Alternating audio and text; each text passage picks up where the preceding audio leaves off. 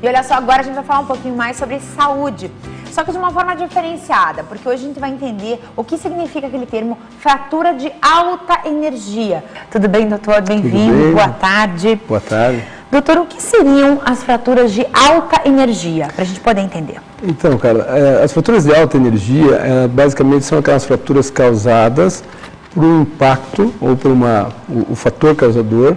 Ele transfere uma quantidade de energia ou de força muito grande para esses tecidos, seja pele, músculos ou o próprio osso. Então, por isso é chamado de alta energia. Normalmente isso está associado ou a acidentes de tráfego ou lesões por arma de fogo, por exemplo. Então, são as mais comuns no dia de hoje. Correto. A gente tem existem inúmeros estudos que falam sobre essa questão das fraturas de alta energia, fraturas de impacto. E esses estudos falam o seguinte, que as motos, principalmente, né, causam cerca de 80% dos acidentes por trauma. E morre um motoqueiro a cada 19 segundos em todo o mundo. É um dado muito sério e muito importante. Então, quer dizer, e normalmente a gente vê nesses estudos que esse tipo de acidente acontece com pessoas que já têm um bom tempo de carteira, já têm um bom tempo de experiência aí nas ruas, pilotando essas motos ou dirigindo os carros. E é o excesso de confiança ainda, doutor? Talvez, eu acredito que seja, em grande parte, a imprudência. Então, o que nós vemos hoje nas nossas ruas, qualquer pessoa que trafega aí pelas nossas ruas, pode ver esses motoqueiros passando em alta velocidade entre os carros. Então, isso é uma prática extremamente perigosa, porque qualquer imprevisto, por exemplo, uma pessoa resolve abrir a porta, imagina o que acontece, né? Então, isso é a causa de uma grande quantidade de acidentes. E eu acredito que a falta existe a legislação, mas a legislação não é cumprida. Por outro lado, também existe uma tendência das pessoas a imaginarem que a maior parte dos acidentes, talvez por elas serem mais numerosas, acontece com motocicletas pequenas. E isso não é verdade.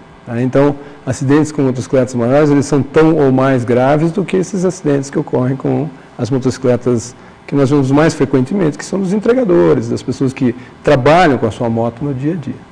É o que é pior, que essa pessoa vai ficar um bom tempo parado aí por causa desse trauma. Exatamente. E normalmente esses traumas, que são os traumas, por exemplo, provindos das motos, Sim. São traumas ortopédicos e que afetam o quê? Os membros superiores, membros inferiores? Mais comumente membros inferiores, né? Em cerca de 70% dos casos tem algum tipo de lesão envolvendo membros inferiores e pelve.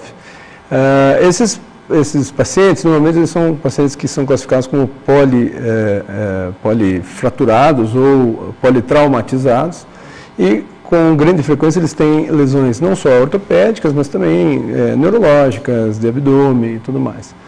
E uma grande parte desses pacientes, eles não voltam à sua função normal. Então, é uma das causas da aposentadoria precoce, por exemplo, às vezes de pessoas com um pouco mais de 20 anos, e que ficam inválidos para o resto da vida, às vezes por uma besteira. Um outro dado importante é que não são só essas pessoas que trabalham com motocicleta que se acidentam com as motos. Existe também uma estatística que mostra que a maioria dos acidentes fatais, eles ocorrem num raio de 4 quadras da sua casa, em velocidades abaixo de 60 km por hora. Nossa. Porque é justamente aquela hora em que nós estamos, vamos dizer assim, mais desprevenidos. Então, vou na padaria comprar pão, eu não ponho o cinto de segurança, ou eu não presto atenção porque eu estou mexendo no rádio do carro, ou no caso da moto, eu peguei a moto, não estou habituado. Está distraído. Exatamente. Então, é aí que acontecem os acidentes, muitos deles fatais e alguns não fatais, mas que causam sequelas permanentes. Existe também uma fratura que quem já foi no hospital já deve ter visto alguém com aquelas hastes externas, que são os fixadores de osso, é isso, doutor? São fixadores externos, exatamente. São fixadores externos. Para que servem esses fixadores? São esses ferrinhos que ficam para fora da perna. Tem muita gente que pensa, nossa, mas isso deve doer muito. Não, na verdade, eu diria que isso aí é um bálsamo para a dor, porque o que dói na fratura é justamente o fato de ela ficar mexendo. Então, quando isso é colocado, isso pode ser colocado de uma forma muito rápida. Então, em pacientes, por exemplo, que têm lesões abdominais que podem causar a morte, esses pacientes normalmente são críticos, eles não permitem, as condições do paciente não permitem uma cirurgia muito demorada, por exemplo, para reparar uma fratura grave, uma coisa assim. Então, eles podem ser usados provisoriamente, para fixar aquelas fraturas provisoriamente, até que o paciente tenha condições de uma cirurgia mais elaborada, ou podem ser utilizados ou para tratamento definitivo, ou muitas vezes, como acontece muito no Hospital Universitário Cajuru, nós temos dentro do nosso grupo, o nosso grupo é de trauma e reconstrução, né, do Dr. Richard Luzzi, que trabalha conosco, e que nós fazemos a reconstrução óssea, ou seja, por exemplo, em alguns pacientes eles têm uma perda de um segmento ósseo, por exemplo, falta na perna lá 15 centímetros de osso. É possível com esses fixadores a gente cortar esse osso e fazendo com que ele vá se alongando e que nós consigamos até refazer esse osso. Então, há muitos casos que antigamente iam para amputação, hoje, cada vez mais, nós conseguimos uma reconstrução e uma reabilitação desse paciente. E é muito bom lembrar, gente, que o Hospital Universitário Cajuru é referência nesse tipo de trauma, que é um trauma mais sério, um trauma que muitas vezes poderia deixar pessoas inválidas e que com a equipe realmente, uma grande equipe que vocês têm lá, né? Nós temos um grande serviço de ortopedia, né, nas mais variadas subespecialidades, então mão, ombro, cotovelo, existe uma subdivisão.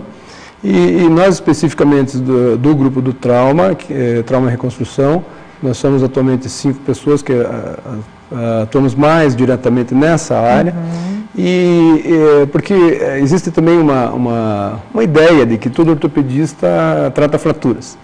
Mas com o aumento da complexidade dessas fraturas, justamente pelo aumento da energia que as causa, cada vez mais houve uma especialização. Então, hoje, o que existe é o especialista em trauma ortopédico, que é o caso do nosso grupo. E nós procuramos dar uma retaguarda e um atendimento para esses pacientes com fraturas de maior gravidade. Certo. É uma coincidência ou não, doutora, a maioria dos ortopedistas e especialistas em trauma serem homens? Porque é uma grande oficina, né? Uma sala de cirurgia, um centro cirúrgico aí, de quem vai ser operado de repente de uma situação como essa, de um trauma, de um ferimento ortopédico um pouco mais sério. É verdade. Não, na verdade, eu acho assim, nos dias atuais nós temos cada vez mais mulheres fazendo ortopedia. No Hospital Cajuru nós temos a residência médica, né, e hoje, em alguns anos, elas chegam aí até 30% do efetivo, talvez um pouco menos. Mas o que não existia anos atrás. É verdade. Agora, o trauma talvez seja por ser uma especialidade ainda considerada mais bruta, né, porque são fraturas, são coisas emergenciais, a gente tem que ficar à disposição. Talvez por isso tenha uma quantidade menor de mulheres fazendo esse tipo de especialidade. Elas preferem, de maneira geral, especialidades que exigem mais habilidade, como cirurgia de mão. E não tanta força, né? E não tanta força, exatamente. Entendi. Doutora, adorei conversar com o senhor mais uma vez, foi de grande valia a sua presença aqui para a gente entender mais o que significam essas fraturas de alta energia. E para fazer contato e saber um pouco mais sobre a equipe do Hospital Cajuru, existe o site diretamente na PUC? Existe o site da PUC, né, e nós temos o contato através da Secretaria do Serviço de Ortopedia do Hospital Cajuru. Né, então, nós temos uma secretária que pode orientar a respeito de onde nos encontrar, como se dirigir ao hospital e tudo mais. Tá certo.